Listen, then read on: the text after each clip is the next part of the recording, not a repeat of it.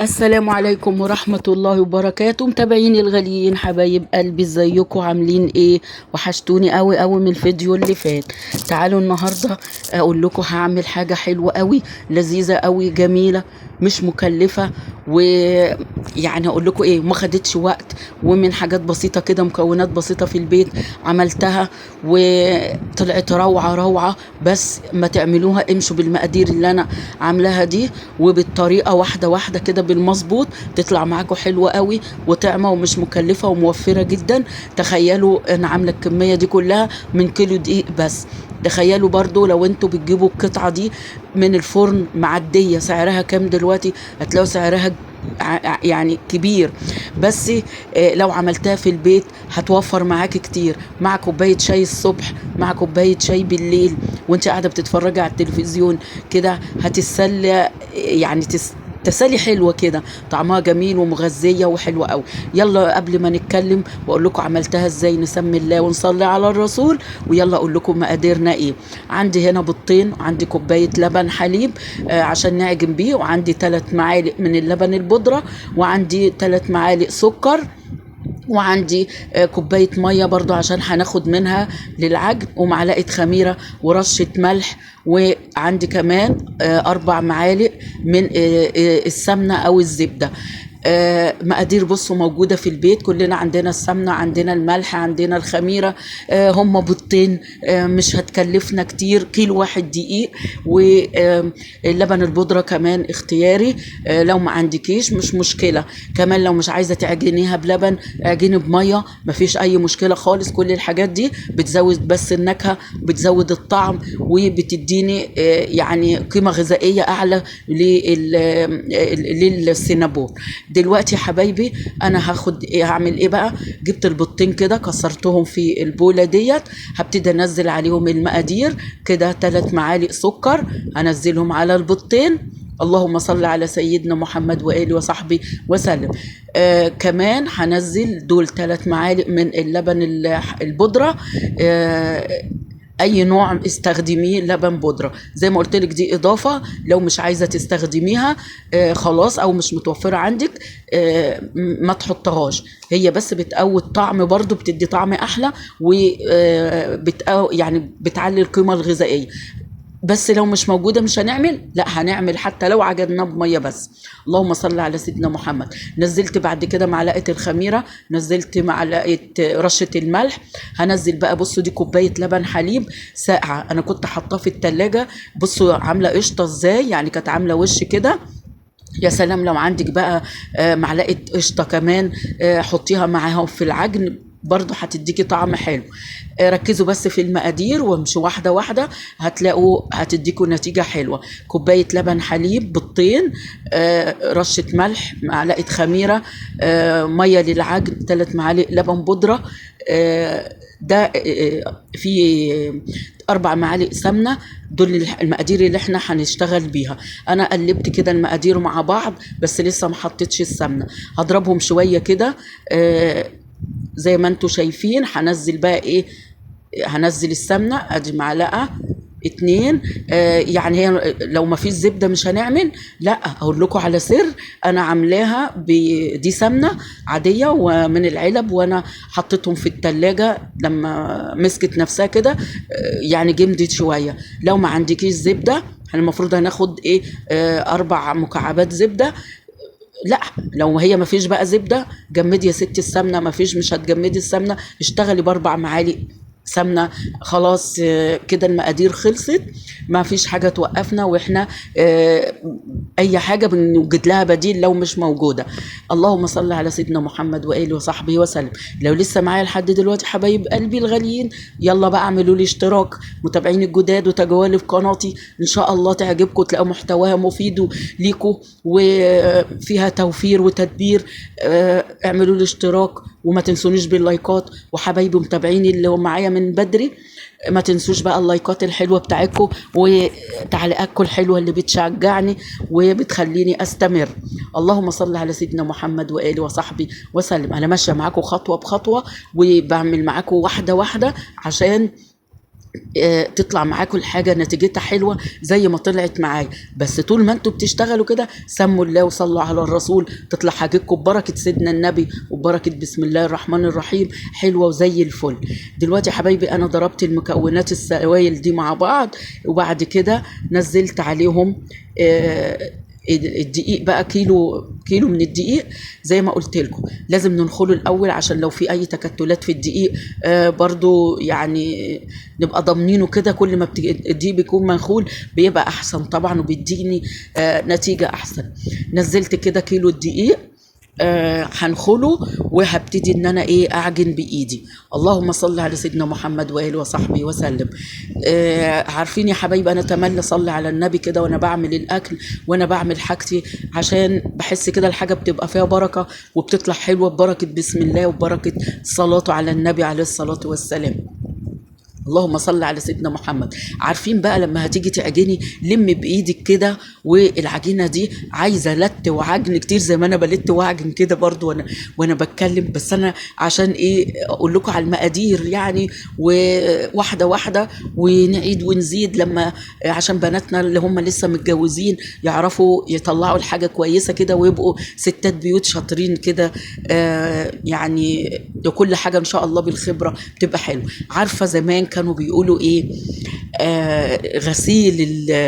غسيل الغل او الفرسه، ما يعني ما واحده تكون مغلوله من حاجه، متضايقه من حاجه، مفروسه من حاجه، زعلانه وتقوم تغسل بيطلع الغسيل بتاعها زي الفل قشطه، شمعه منوره كده. فتملي كان يقول لك غسيل الغل دوت بيطلع فل شمعه منوره. انت عايزه بقى لو انت متضايقه من حاجه قومي اعملي شويه السينابون دول، والله هيبقى مزاجك ده في حته تانية وهترتاحي نفسيا وتبقي مبسوطه. ليه؟ عشان العجينه دي عايزه لت وعايزه تفضلي تعجني فيها بايدك كده، طلعي غلك فيها كله في العجن. بصوا اللهم صل على سيدنا محمد. انا بس بضحك معاكم كده وبقول لكم يعني عايزاكم تبقوا يعني اقول لكم كلنا ممكن تيجي علينا اوقات تبقى نبقى متضايقين، وقت احنا بنفرج عن بعض وهو يعني هنقول الحمد لله على كل حال، وربنا يفرجها علينا وعلى اهل فلسطين يا رب، وينصر الحق وينصرهم. اللهم امين. ادعوا لهم كتير يا اولاد، ادعوا لهم ربنا يزيح عنهم الغمه ويرفع عنهم النقمه اللي هم فيها يا رب والابتلاء. اللهم امين يا رب العالمين. اللهم صل على سيدنا محمد واله وصحبه وسلم. انا عايزه اقول لكم الخلاصه ان العجينه دي عايزه عجن كتير. بصي كل ما تعجني فيها، انا بتكلم معاكم عشان العجن واخد وقت معايا، وما كنتش عايزه بصراحه ان انا اقطع في التصوير وانا بعجن، عشان عايزاكم تعرفوا ان هي خدت وقت كتير. كمان ما تدلقيش بقى، انا قلت لكم انه في المقادير في كوبايه ميه مش هناخدها كلها، هتاخدي طول ما انت بتعجني هتحسي بالعجينه طول ما هي بتلزق كده تبقى عايزه كمان ميه. ما تدلقيش بقى الميه مره واحده، تاخدي شقشاق بشقشاق كده في ايدك زي ما شفتوا في ايدي كده، حاجه بسيطه، وتنزلي على العجينه تعجني لحد ما تحسي انها ابتدت تلم على نفسها كده وابتدت التلزيق بتاعها يقل. بعد كده انا بقى هنزلها على الرخامه لانها عايزه تتخدم كويس، تفضلي تروحي وتيجي تعجني فيها كده زي ما انتوا شايفين. بصي واحدة واحدة هتلاقيها بتطرى تحت ايدك، وهتحسي بملمسها بينعم معاكي، وقوامها كده بتبقى حلوة طرية كده.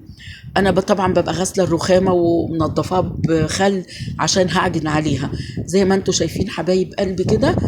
اعجني كويس، عايزه وقت يعني لو بالعجان طبعا هتاخد لها اكتر 10 دقايق مثلا 12 دقيقه عجن، فطبعا لو مفيش عجان يبقى بايدك زي ما انا بعمل كده. بصي كل ما تعجني خدي بايدك، ما تدلقيش الميه كلها في كف ايدك كده، خدي حاجه بسيطه من الميه وانزلي عجني، هتلاقي العجينه شربت الميه من ايدك وابتدت تلم كده وابتدت تطرى معاكي. طبعا الريحه جميله قوي، وريحه السمنه، ريحه اللبن اللي احنا حطيناه، يعني بصي حاجه فاخر من الاخر يا باشا، حاجه جميله جدا. بصي ابتدت تلاحظوا ايدي كل ما بعجن التلزيق اللي عليها، العجينه اللي عليها بتخف، يعني العجينه بتاخد يعني بتلم كده وبتبقى حلوه، هتلاقوها حلوه ببركه بسم الله. شايفين انا خدت وقت يعني عجنت فيها اقول لك يعني حوالي ربع ساعه، حوالي ربع ساعه وانا عماله بعجن. بصوا انا بوريكم ايدي كده كل ماده اهو بلاقي العجين اللي في ايدي بيروح، والعجينه بتمسك في بعضها كده، وفي نفس الوقت طريه. عشان تعرفي العجينه بقت حلوه، تاخدي حته كده وتمطيها بين ايدك. لو لقيتيها بتقطع يبقى لسه عايزه عجن. لقيتيها حلوه، ايديك نظيفه، ما بتلزقش، ما فيهاش عجين، الرخامه اللي بتعجني عليها ما فيهاش عجين. بصوا انا بوريكي ايدي نظيفه ازاي. تاخدي حته كده وتمطيها، بصي عامله زي اللبانه، شايفه؟ تلاقيها بتمط كده، يبقى كده العجينه بقت حلوه تمام 100 100، وعملت ايه عرق كده وحلوه، هتدينا نتيجه حلوه. خدوا بالكم كده كميه العجين قد ايه في الطبق. انا هغطيها بقى وهخمرها ايه، هتتخمر مرتين. هجيب قماشه كده او فوطه ونضيفه واغطيها كده. كمان هجيب شنطه او كيس مشمع وغطي بيه العجينه كده كويس في مكان ايه دافي. انا حطيتها بعد كده، حطيها في الفرن، في فرن البوتاجاز كده، افتحي وحطيها، والفرن بارد طبعا، بس مكان مكتوم يعني عشان تخمر حلو معاكي كده. بقى انا لبست الشنطه كده على الطبق والقماشه، وهكلفتهم كويس وهسيبهم يخمروا. اللهم صل على سيدنا محمد واله وصحبه وسلم. ما تنسوش اللايكات حبايب قلبي، ما تنسوش تدعموني ب يعني تعليقاتكم الحلوه اللي بتسعدني. شفتوا بعد ما خمرت، سيبيها بقى ساعتين 3 4 تخمر، على قد ما تخمر كل ما تخمر حلو تديكي نتيجه احسن باذن الله. شفتوا الكميه كانت اتضاعفت وبقت قد ايه. خلاص بقى كده انا هرش بقى دقيق على الرخامه، انا هفردها على الرخامه.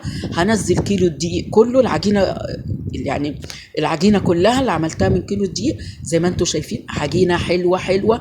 هتلاقوها دلوقتي وانا بفردها ما بتمط، ما بتلمش. يعني في عجينه كده لما تبقاش خمرانه حلو، تبص تلاقي انت تفرديها من هنا تلم تاني زي الاستيك كده، بتبقى مش مرتاحه حلو في التخمير، ما خدتش راحتها ووقتها المظبوط في الخمر.